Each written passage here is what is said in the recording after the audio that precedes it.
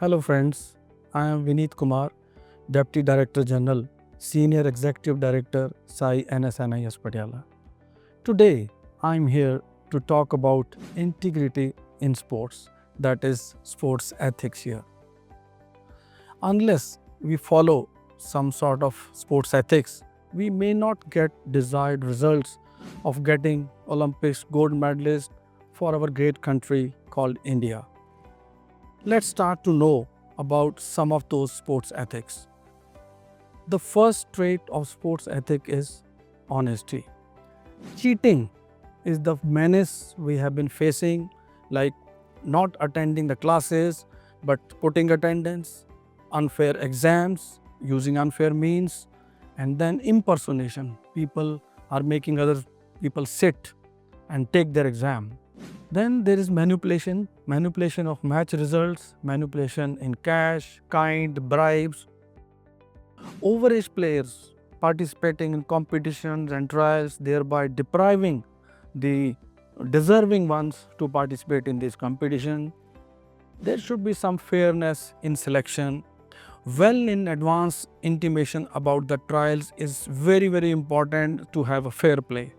When we talk about honesty, justice should not only be done, but it should also appear to have been done thoroughly. Then punctuality. We say that time and tide wait for nobody. Coaches coming in time on field, athletes coming on field in time, then facial attendance, putting that in time. These are some of the things we need to follow. To start the competition, trials in time following punctuality. The value of time punctuality can be gauged from the fact that Olympic countdown clock starts 365 days before the start of the games. That shows the importance of punctuality. Transparency is another aspect we need to look into. No discrimination, no partiality in induction, selection and weeding out of the athletes from various schemes of Government of India. There should not be any discrimination, partiality in training the athletes. Some of the athletes are sometimes sidelines and some are focused. That should be avoided at all costs. Then if we are fair and transparent, less complaints will be there and less RTIs we will have to face. Less confidential papers as possible should be prepared to enable the administrators to show that they have been transparent. Teams work. No success can be achieved without having a teamwork. A joint effort always wins. A team of coaches, support staff, and even up to groundsmen make an Olympian. We should understand that. Then there should be willingness to work. We must ensure that honest efforts are made and dedicated to the cause of producing Olympians. Destiny comes later on. We should not be depending on destiny as such. Then accountability. Government has been spending crores and crores of rupees on various schemes, and right now the government sports budget is around 3,500 crores, which is staggering. We are not a service provider as such like other government departments like petroleum, coal, who produce and generate resources. But here we are just a subsidy of the Government of India, where government is pumping money and governments in return wants medals in Olympics. We are just a subsidy. And then inclusivity and equality. This is very important, treating everyone at par without any discrimination against any athletes, against any coach based on caste, creed, religion. These are very important factors which we need to look into and then hold the competitions. Involve all the stakeholders in the discussion like sports scientists, the support staff, doctors, physio in decision makings. Everyone should feel part of the team, that thereby boosting the morale of the whole team.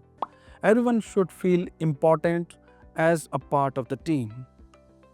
Then we talk about the trust. To win trust of the coaches, especially the female athletes who are training day and night, morning, evening. They should always be looking forward to coaches who are absolutely honest and they are treating them with care without any hindrances. Trust your team, colleagues, and then moral integrity. I mean, when we are out of the ground, we are beyond office hours, we should following all the integrity traits and do not indulge in any kind of obnoxious behavior. Coaches should not ask the athletes to do their personal jobs or do any kind of favors. Coaches should be role model for the athletes. The coaches, athletes should forgive and forget the unintentional mistakes of the trainees. They need not and they should not target the trainees that they will spoil their career. One chance should be given to the athletes for their unintentional mistakes. And then prevention of sexual harassment. This is very burning issue we are facing these days with respect to sexual harassment. Sensitizing the coaches and the athletes is very important. Internal Complaints Committee is also there to look into the complaints of sexual harassment. The coaches should never say to the athletes that they will spoil their careers unless they get the sexual favors. Then asking sexual favors from the female athletes or sometimes some to the young sports persons, that is also absolutely uncalled for. The consequences should be reinforced and then they should give due credit and gratitude to the athletes, to the coaches who are in training, and their efforts should be recognized always. Credit should be given wherever it is due, whether it is support staff, whether it is athletes, whether it is administrator or whether it is coaches. If the scientists have done something extraordinary, credit should be given to them. If any junior coach has done some commendable work, the senior coach should give credit to him to encourage him. If the administrator has done something extraordinary, then the government should recognize their efforts also. Humility is another virtue which we need to follow. Anyone coming up with any problem, they should be listened to very patiently, and half of the problem will be solved with that effort. Don't be high-headed. When you achieve success, your feet should firmly be on the ground and that will enhance your stature.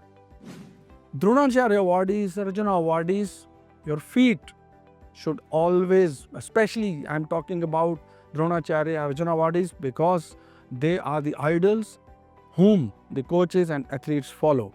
They should always be thoroughly grounded.